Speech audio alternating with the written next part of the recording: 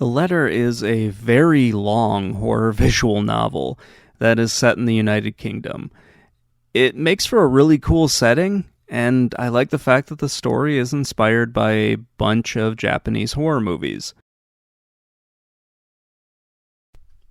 The Letter is a very long, long visual novel.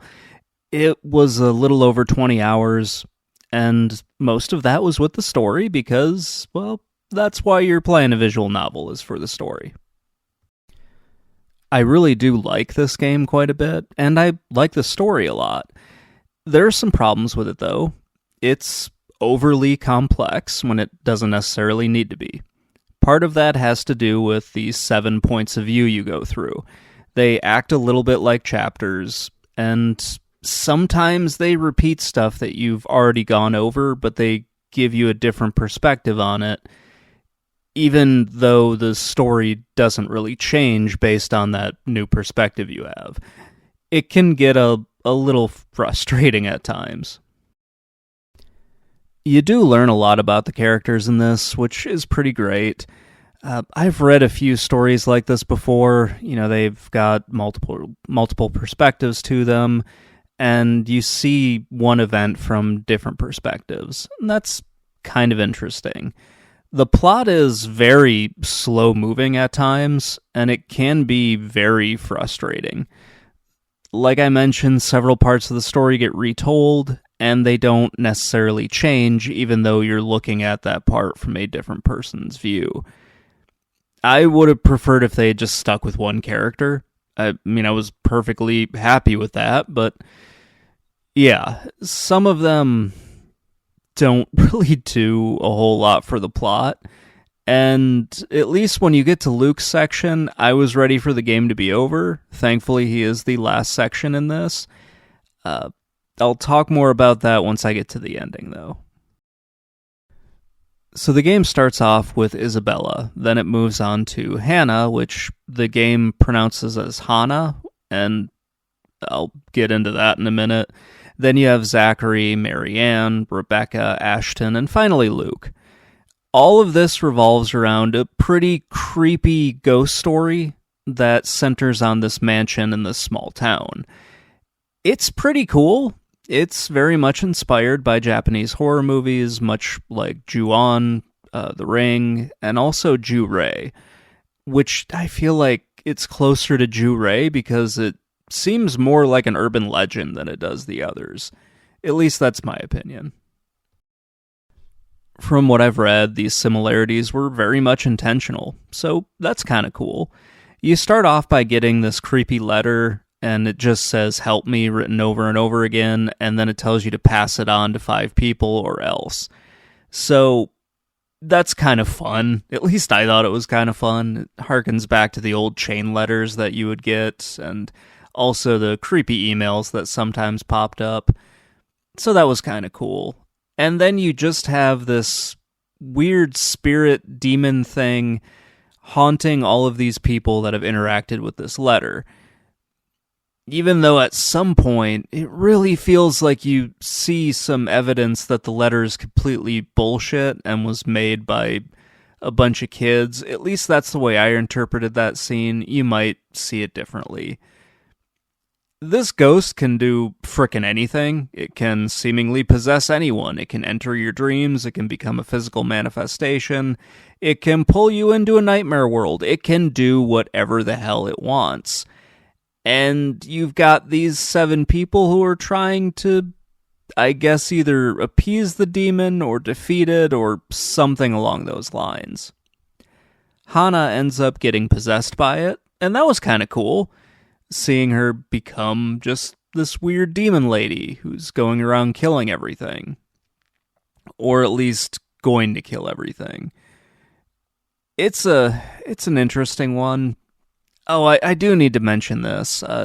There's a lot of slang or dialectic words from Ireland and the rest of the United Kingdom. And that made me stop several times to look up just what these words were to figure out what the people were talking about. Some of the pronunciations were different. They just were different from the way I did it. So Yeah, it's not wrong, but it just felt a little weird at times going through this. Mostly because I'm from the United States, we have a very different dialect of English from the UK and Ireland. We don't have the same slang terms. We don't have the same terms for a lot of things. Again, that's perfectly fine. It just was kind of weird when I'm going along and having to stop dead in my tracks to look up a word to figure out what it was. Granted, it did help me figure out what bubble and squeak was, so now I have another recipe I can cook every once in a while. Overall, the story's pretty cool, and I like it quite a bit. Like just about every visual novel, the gameplay here is very simple. There are a few spots where dialogue choices come up, there are some quick time events, and there's also this relationship system in it. If you die during one of the quick time events, you just get the option to restart, and then you can try again. They also gave you the option to skip the quick time event altogether, which only really came up once for me because I just could not get this annoying elevator scene to work at all. It was just way too hard for me to get through. That was the only one that I found too difficult. Everything else was pretty easy. When you do have a chance to really affect the story, you're given two dialogue choices. They either have a positive outcome or a negative effect on the character that you're talking to, or the group of characters that you're talking with. I'm not really sure how this impacts the ending. I didn't really have an issue with it. You're given plenty of chances to change your relationship with these characters.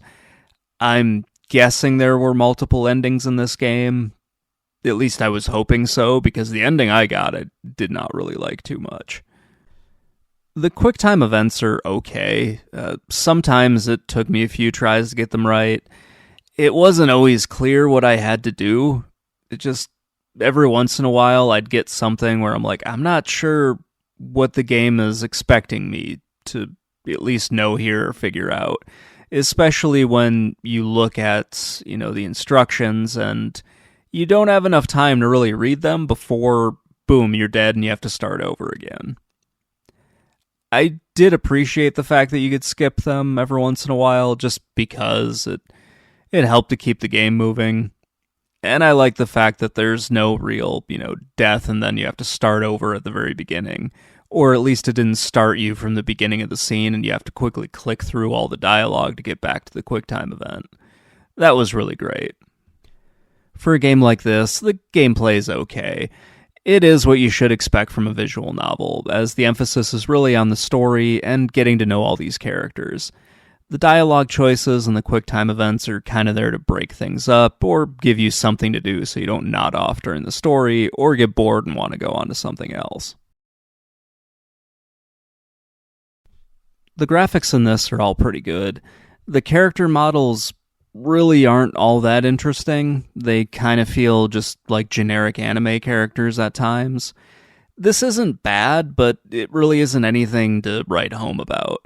The locations all look pretty good, but much like the characters, there isn't anything special about them. Now, when the game looks good is when you see like the nightmare versions of certain characters, or you see the entity pop up, the ghost that's running throughout this. Then it looks really good because I just like the way that looks. You have this really horrifying looking creature that's coming after you. When it possesses people, it looks really evil. It's just really cool to see that part of the game. And it does offer like a really good contrast between, the regular looking characters and then all of a sudden, boom, there's a demon there. Yeah, the entity or the ghost, it looks really good. It's similar to what you would see in something like Ju-On or really any other Japanese horror film from the early 2000s where they all had this similar, very chalky white-looking creature that would just do really inhuman-looking things. It was kind of fun to see that, and it's cool that it shows up here, but it looks more grotesque at times. It's not as creepy looking, it just looks like a tortured human being. Or it looks just really disturbing. And it's cool when it shows up. It also takes you to like this almost a nightmare world, something like you would see out of, not really you'd see from, but something like how Silent Hill would switch between like the real world and then kind of the Silent Hill world where everything's rusty. In this game, you have something similar where you have the regular looking house, then it switches to what the entity is seeing, at least I'm assuming, where everything is covered in blood and dark and whatnot. And I really liked how that looked too. There is one thing I want to bring up because I wasn't sure where to actually put this, but the game has this bizarre obsession with food that sometimes feels oddly out of place. Granted, the food looks good, at least the visuals of it look pretty good, but it's kind of odd where they just sort of stop dead in their tracks to talk about food for a few minutes. It's weird. I don't really understand it, but it's in here and it's kind of different. Overall, the graphics are pretty decent for a game like this. I don't have too much to complain about them. They look really good when the entity shows up, and when the entity's not there, they look fairly generic and normal. It's not anything bad, it's just, it's there. It keeps the story moving, and it keeps all the emphasis on just what's happening. Aside from that, the graphics are okay.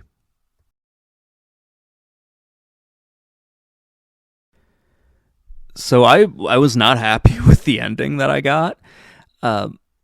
It just left a bunch of stuff unresolved, and I feel like the real villain in all of this, or at least someone who should be a villain in this, gets let off the hook and goes on to be pretty happy. Like, he has no repercussions for what happened. So the butler ends up getting burned to death in the house. So, spoiler alert, I was given an option of burning the letter, burning the house. I burned the house down. The butler burns to death in the house because we never save him. Hana never gets free of the ghost that is possessing her, so she burns to death in the house. Ashton's body was still in there. We never got that out, so he's still in the house. I don't know what the fuck that was about, but he's dead. Luke, who really should have been in jail, like by all accounts, should have been put in jail, if not for the fact that he committed arson, but for all the other bullshit that was going on. His active police investigation, the fact that he just up and disappears and nobody really goes looking for him, but everyone kind of knows that he's still showing up in the city. He should not have had a happy ending to this, because he's a dick. And they keep trying to, like, humanize him throughout the game, and I'm like, no, it's not working. This guy's a piece of shit. He should be in jail. Marianne quits her company, and then her company goes out of business, and she becomes a musician. Sure. I don't know. I was hoping Marianne had a happier ending than all this, but that, I don't know. And then everyone just kind of goes on about their lives, and they're all oddly okay with Luke still running around and being alright. And they try to make it look like they're all friends with each other after this. I don't think I could be friends with Luke. He's just a shitty person, and I was really hoping there would be a more satisfying end for him, like him getting killed. Because out of everybody in this, I thought Luke deserved to at least die. Or be thrown in jail. Something bad should have happened to him, and that was just not in the cards. So, I had this ending, and I'm like, okay, it's over. I'm done with it. I don't really feel as good about this ending as I probably should. And, it kind of... It was just kind of an unsatisfying ending, mostly because of what happened with Luke. Everyone else, I'm glad that they, ended up happily. Little upset that Ashton ended up dead, but I don't know. I just felt like there should have been a better ending to this. Granted, I'm not motivated enough to play through this again for another 20 some odd hours to see what the other endings are. I still like the letter, But man, is it just a slog to get through. It's really interesting, and for the most part, the story is really good. But man, it's asking a lot to play through this one again, just to get one of the other endings, or to see if there are more than two endings to this. So let's wrap all this up really quick.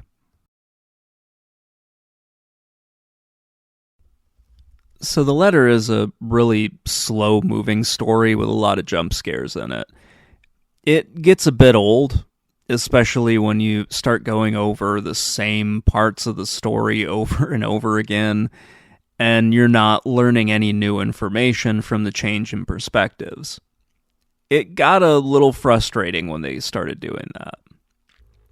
With all that in mind, and as much as I did enjoy it, and I did like certain parts of it because they reminded me of Japanese horror movies that I really liked watching when I was back in the Navy, I would still rather play something like Scarlet Hollow or Varney Lake or even Oxenfree. Those games just have a better experience, and they stick to the story that they're telling. They don't jump around a lot, and they're a lot more concise with what's going on. This seemed to just go on forever, and if they had cut out probably half of the game, I feel like it would have been a lot better, but that's just my opinion. I'm sure other people have enjoyed this a lot more than I did at certain points.